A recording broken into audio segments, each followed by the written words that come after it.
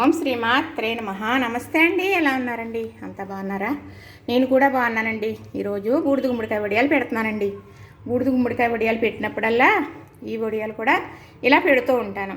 అది ఏంటో చూసారనుకో, మీరు ఏది వేస్ట్ చేయకుండా చక్కగా మీరు కూడా పెట్టుకుందరు. కానీ పూర్వం ఎలా పెడతారో నేను అలానే పెడతానండి. చక్కగా మరి బూడిద గుమ్మడికాయ వడియాలు అంటే మినపప్పు నానబెట్టుకుంటాం కదా, పొట్టు మినపప్పుతో మాత్రమే పెట్టుకోవాలండి. వడియాలు గుల్లగా వస్తాయి, రుచిగా ఉంటాయి, ఎక్కువ కాలం నిలవ కూడా ఉంటాయి, పుచ్చది రావు, మంచి గొల్లు వస్తాయి అన్నమాట. అయితే మరి బూడిద గుమ్మడికాయ వడియాలకి మనం మినపప్పు నానబెట్టుకుంటాం కదా, పొట్టుపప్పు, అప్పుడు వచ్చిన పొట్టు మనం పాడైన అవసరం లేదండి. నేను ఉత్తప్పుడు అయితే మొక్కలకు వేసేస్తాను. వేసంకాలం అయితే మాత్రం టిఫిన్కి వేసినా సరే పొట్టు పక్కన పెట్టి టిఫిన్కి రుబ్బుని పిండిలో కొంచెం పిండి కలిపేసి కొంచెం జీలకర్ర, కొంచెం పచ్చిమిర్చి, ఉప్పు మిక్సీ పట్టేసి కలిపేసి వడియాలు పెట్టేస్తూ ఉంటాను. అలా పిల్లలకు చాలా ఇష్టం అండి.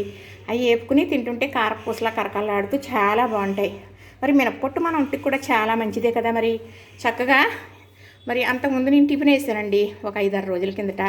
ఆ పొట్టు వచ్చింది, అది కూడా దాచేసాను అనమాట. ఒక కేజీ పప్పు నానబెట్టామనుకోండి, పొట్టు వస్తుంది కదా. ఎలాగా గుమ్మడికాయ వడియాలు పెడతాను కదా, ఆ పొట్టు ఈ పొట్టు పెడదాము అని. ఇప్పుడేమో ఒక పావు కేజీ తక్కువగా 2 కేజీల పప్పు నానబెట్టాను. ఆ పొట్టు మటండి ఇది చక్కగా 3 కేజీలు మినపప్పు పొట్టు అన్నమాట. ఇందులో ఏమేమి వేసి వడియాలు పెడతాను అనేది చెబుతాను. అయితే గింజలు చూసారా, గింజలు అంటే మనకి నాటుకాయలు తెచ్చుకుంటాం వడియాలకి. మామూలుగా మనకి ఇవి వస్తాయి కదండి, ఏదంటారు కదా, ఈ బ్లేడ్ ఏదని. మా వారు అయితే తేరండి, మాకు చుట్టుపక్కల ప్రాంతాలు పండుతాయి, అమ్ముతారు. వారికి పురమైతే తెచ్చిస్తారనమాట. 3 కాయలకు వస్తే ఈ గింజలు వచ్చినాయి.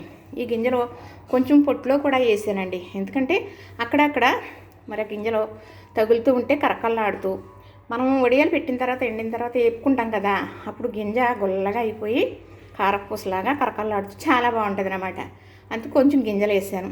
అలానే కొంచెం మినపప్పు కూడా వేసాను అన్నమాట, ఎందుకంటే పప్పు బద్దలు అక్కడక్కడ ఉంటే కమ్మగా పంటి కింద పడుతూ ఉంటుంది అని. అలాగే ఇప్పుడు ఈ పొట్టు ఇలా పెడతాను కదా, దీంట్లో ఏం వేస్తాను అనేది చెబుతాను. ఇప్పుడు ఇందులో ఈ గింజలు కదండి, ఒకసారి మిక్సీలోని కొంచెం పొట్టులాగా, కొబ్బరి పొట్టులాగా కొంచెం కచ్చాపిచ్చాగా పట్టేస్తానండి. గింజలు పట్టేసి ఇది కూడా ఇందులోని వేసి పెడతాను. ఇది గింజలు వడియాలన్నమాట. ఇది కొంచెం మిక్సీ పట్టేసి మళ్ళీ మీకు నేను చూపిస్తాను. ఇప్పుడు చక్కగా మిక్సీ పట్టేసానండి గింజలు ఇలానా చక్కగా. ఇప్పుడు అంటే కొద్దిగా అక్కడక్కడ ఉండొచ్చు, అలా బరగ్గా పట్టుకోవాలన్నమాట. మరి గింజలో పప్పు ఉంటుంది కదండి, చాలా కమ్మగా ఉంటుంది. మరి వడియాల్లో గింజలు ఉంచరా అనుకుంటారేమో, 30% తీసేస్తానండి, 1% ఉంచుతాను. దానివల్ల గింజలు ఉంటే కరకల్లాడుతూ వడియం రుచి ఉంటుంది అన్నమాట. అలా అని ఎక్కువ వేసేసామనుకోండి గట్టి వస్తాయి వడియాలు. గింజలు ఎక్కువ వేసినా గట్టిగా ఉంటాయన్నమాట. అందుకు ఇప్పుడు కూడా నేను గింజలు వేరేగా ఇలా పడతానమాట. ఇప్పుడు ఇందులో వేసి చూడండి చక్కగా. ఇప్పుడు ఇది కూడానే ఇందులో ఉప్పు వేస్తున్నానండి. అంటే మరి ఎండి కొంచెం అవుతాయి కాబట్టి ఉప్పు చూసుకుని వేసుకోవాలి, కళ్ళుప్పు కదా. ఇదిగోండి చక్కగా మళ్ళా కలిపిన తర్వాత నేను అన్నీ రుచి చూస్తానండి. ఈ చొగ్గు బియ్యం ఎలా అంటే మరి గుమ్మడికాయ వడియాల్లో కూడా కలిపానండి. ఇప్పుడు అది తీసాను, వీడియో పెడతాను చూడండి. ఇవి నీళ్ళు వేసేసి రాత్రి వంచేసి పక్కన పెట్టేశాను. పొద్దుట ఆవిరి మీద ఉడికించానండి. అయితే అట్లా వస్తుంది. అది సన్నీట్లో వేసేస్తే విడ తీసుకుంటే ఇలా వచ్చేస్తుంది. ఇవి వేసుకోవడం వల్ల వడియాలు ఇడిపోవు, మరి చక్కగా తెల్లగా మొగ్గల్లాగా వస్తాయి. ఏగినప్పుడు గుల్లగా కూడా ఉంటాయి అన్నమాట. అన్ని రకాల కోసం అంతే తప్ప ఇది రుచి అని ఏదో కమ్మదనం ఉంటుందని కాదు కదండి సగ్గు బియ్యం. ఇది పచ్చిమిర్చి పేస్ట్ చక్కగా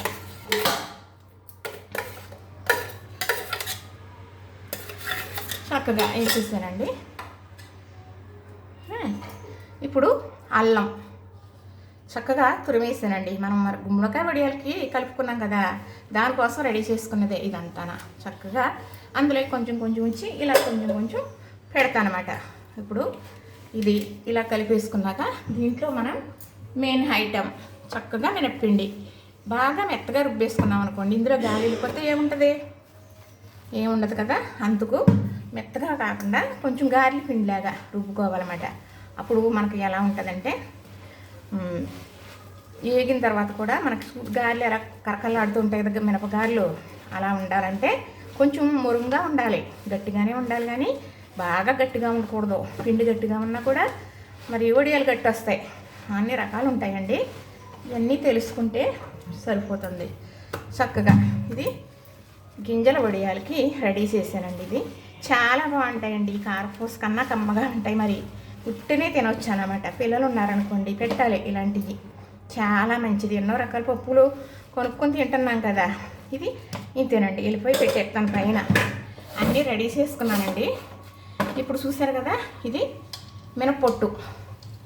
ఇందులో ఇప్పుడు మనం మినప్పిండి వేసుకుందాం. చక్కగా సరిపడగా వేసుకుంటే వడియాలు అనేది ఇరుగుపోకుండా వస్తాయి అన్నమాట. అలా అని ఎక్కువ వేసుకుంటే గట్టి వస్తాయి. అందుకు జాగ్రత్తగా చూసుకుని వేసుకోవాలి. ఇలా గింజలు, ఇలా బియ్యం, ఇలా మినపప్పు, ఈ పొట్టులో ఈ మినప్పిండి ఇన్ని కలిసినాయి కదా, మంచి రుచి వస్తాయండి వడియాలు. చాలా బాగుంటాయి అన్నమాట.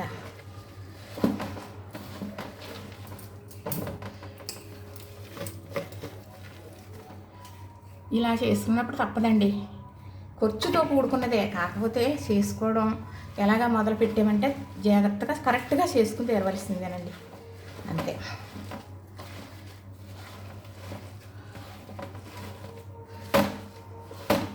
ఇలా బంతుల్లా చేసేసి పెట్టేసుకున్నాం అనుకోండి, వడియాలు చాలా బాగా వస్తాయండి.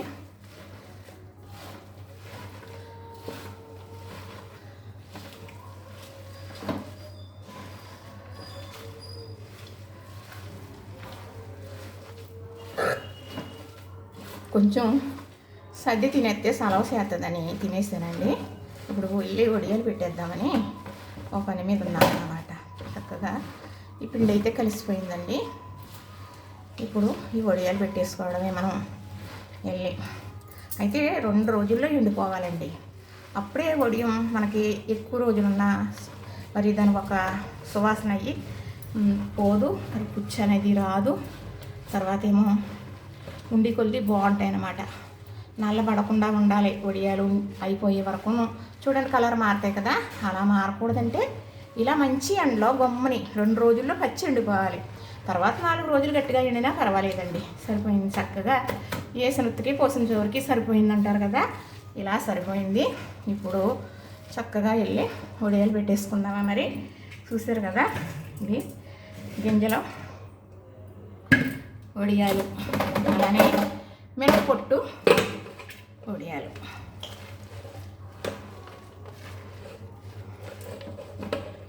ఇందులో పెట్టుకున్నాం అనుకోండి, పట్టుకెళ్ళడానికి ఈజీగా ఉంటుంది కదా, చక్కగా సరిపోతుందండి. వేసినవి అన్నీ సరిపోతాయి. ఇందులో ఏమీ తక్కువ ఏమి ఉండవు.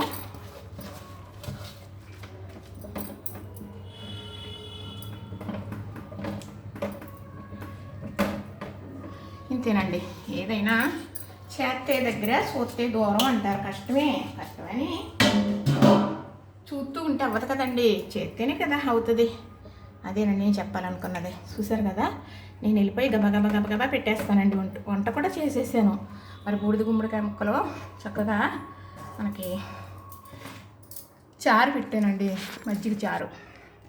చూసారా, ఇదేనండి చక్కగా ఈ పొట్టు వడియాలు పెడతాను కదా. చూసారు కదా, గింజలు కానీ పప్పు కానీ అన్నీ వేసాను. అలానే బూడిద గుమ్మడికాయ గింజలు చక్కగా ఇవి కూడా పెట్టుకుందాం ఇలాగా. సరే, లైక్ చేయండి, షేర్ చేయండి, సబ్స్క్రైబ్ చేయండి.